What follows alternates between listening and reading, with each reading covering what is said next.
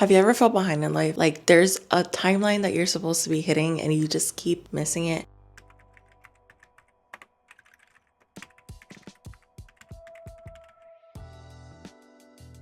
Your friends are doing well in their careers, the relationships are blossoming, everybody's getting married, having kids, and you're just sitting there like trying to figure things out. Maybe you know what you want to do, but you just haven't gotten there. You just feel stuck. Yeah, girl, same. Truthfully, I cannot remember the last time where I didn't feel like I was behind in life. For as long as I can remember, I've always felt like there was some magical deadline or some magical timeline that I was missing. I always felt behind in my career, even when I was thriving, because I always compared myself to others in my field. I have experiences and still sometimes experiences with relationships, marriage, family planning. And right now, I even feel behind as a content creator making this video. But over the last couple of years, I've learned so much and I realized that I'm right where I'm supposed to be. So what if I told you that the idea of being behind is a lie and that these deadlines that we're stressing over aren't even real? If you're feeling stuck, discouraged, or like you've just wasted too much time, stick with me. We're gonna break down this lie, and I hope that by the end of the video you're feeling more encouraged, maybe see your future a little bit differently. So who decided that by 25 you have to have the ball rolling on your life? Graduate, you get a job, you settle down, you start a family, and if you're not doing that by your 20s, early 30s, then you're super behind on life. Like, who came up with that? Honestly, I think it's just a mix of society, social media is really big, cultural, family expectations. I think that those external factors really play a role in that. I think more than anything, all they do is stress us out and rob our peace. Quite frankly, a lot of the people that we compare ourselves to or that we feel pressure from, they feel behind in their life too. They also feel like there's something missing, like they are behind in their life, and they're also comparing themselves to somebody else, and maybe they're even comparing themselves to you. You are not on the wrong timeline just because your timeline looks different than somebody else's. The Bible actually tells us that there is a season for everything. Ecclesiastes 3:1 says, "There's a time for everything and a season for every activity under the heavens." Think about that. If there's a season for everything, then any given season of yours does not need to look like any given season of anybody else, especially because you are created uniquely. You are yourself. Your life does not have to look like anybody else's. Like, I'm gonna keep repeating that because who gave us that idea that we have to be little clones all doing the same thing? How boring. And there's a lot of people whose life I would not want.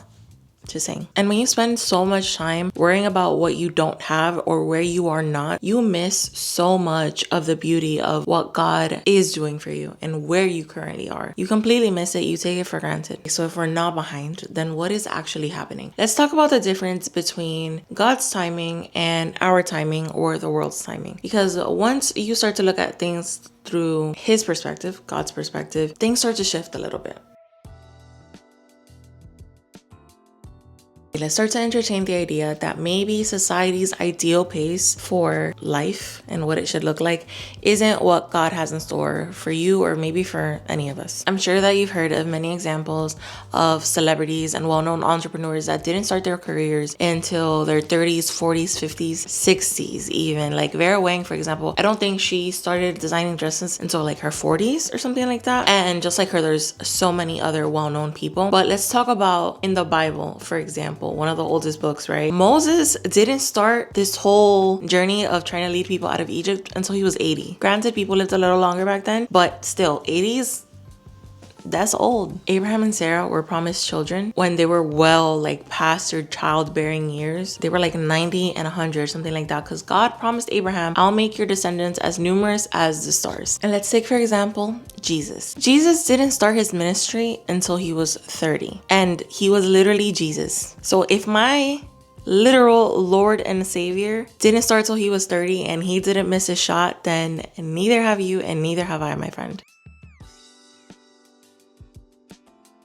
Maybe you've already started on what you feel like is your path. Things haven't turned out the way that you wanted them to. Maybe being on this path, you're like, wow, I'm in too deep and there's no way that I can change now. Especially because I'm already behind on this path. Imagine if I start a whole new path. I'm gonna be even further behind. But guess what? You are not too old. You are not too far gone, and it is not too late to pivot and to change directions. I was a professional makeup artist for around 12 years. In the past year, I retired and I transitioned moved to being a stay-at-home wife. Content creation is something that I have started and restarted umpteen times, and here I am again. Another thing, I gained a bunch of weight years ago. I lost it, I kept it off, and then a few years later I gained even more weight, lost some, gained more back, and now I'm on a health journey again. It's going well, thanks for asking, but I had to start over. And if I just lay myself to just die and give up because starting over is embarrassing or because it's too late, why is it too late? I'm only 31. Starting over can be terrifying. We fear that we wasted too much time, that we're not going to be able to catch up, that people are going to judge us, or that we're going to judge ourselves because we're our biggest critics, we're our biggest judges. But let me ask you something, what's scarier? Starting over or staying in something that is no longer meant for you? Are you going to just stay there forever? You have 50 more years to live, but you're going to stick to it because that's what you started. So you're going to be miserable for 50 years. I'm sure that there's a lot of people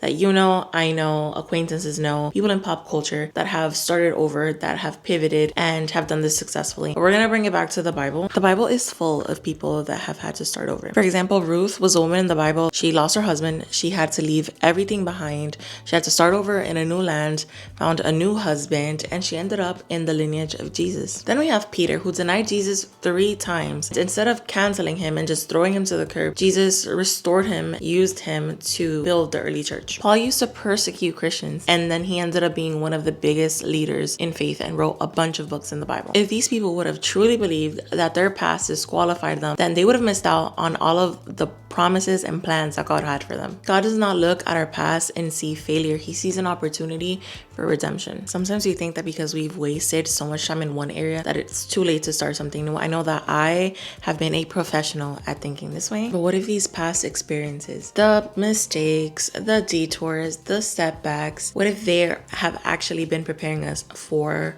what's supposed to happen in our lives, for our purpose? I truly feel that way about myself. I feel like everything that I have been through, even the things that I feel have been failures, have been so necessary for me to become the person that I am and for me to fulfill the purpose that God has for my life. Romans 8:28 says, "And we know that in all things God works for the good of those who love him, who have been called according to his purpose." And he does not waste anything. He will use your failures, your delays, your setbacks, and create something absolutely beautiful, and he will redeem all of the time that you feel has been lost. His plan for you does not expire. If you're still breathing, then he's not done with you. And maybe you don't even need to start over. Maybe you're just in a season where you have to wait just a little bit longer. So regardless of whether you have to pivot or whether you have to wait just a little bit longer, this is how we're going to move forward.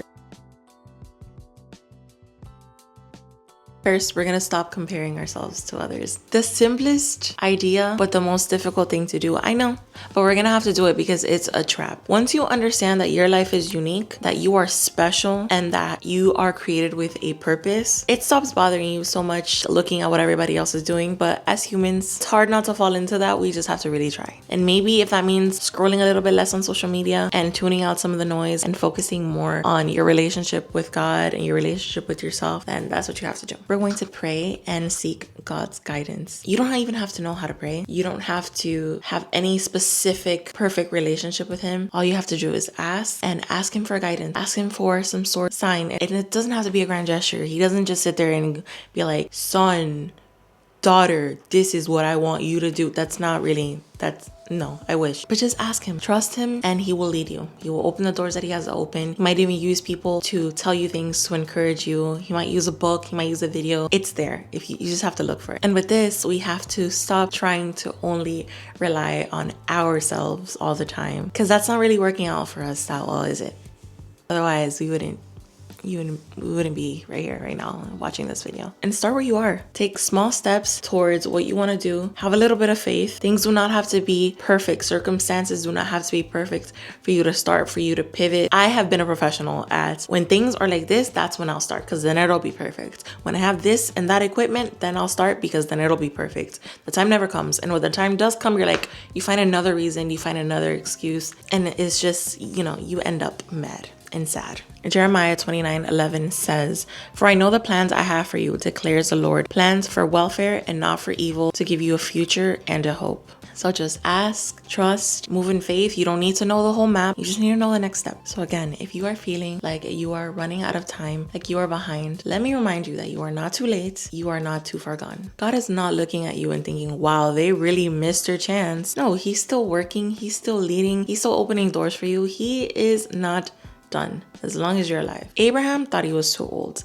Moses thought that he was unqualified. Peter thought that he messed up way too much. But God doesn't operate on human deadlines, and he doesn't operate on human qualification. He moves in his perfect timing and in his purpose, and as long as you're breathing, you're good. There's still time. So what if today is a day where we stop believing the lie that we're behind? What if today is a day we stop stressing over what we don't have and over where we are not yet? Start believing that God is preparing something better for us, that he's preparing a path for us, and that all we have to do is just listen, wait, and just take a step of faith. If this video spoke to you, let me know in the comments. I really want to hear your story. If you know somebody that could use this reminder, send this to them, because you never know what seed you could be planting. Don't forget to like and subscribe if you want to see more videos like this. I will see you in the next video. And don't forget, it's not about what's on you, it's about what's in you.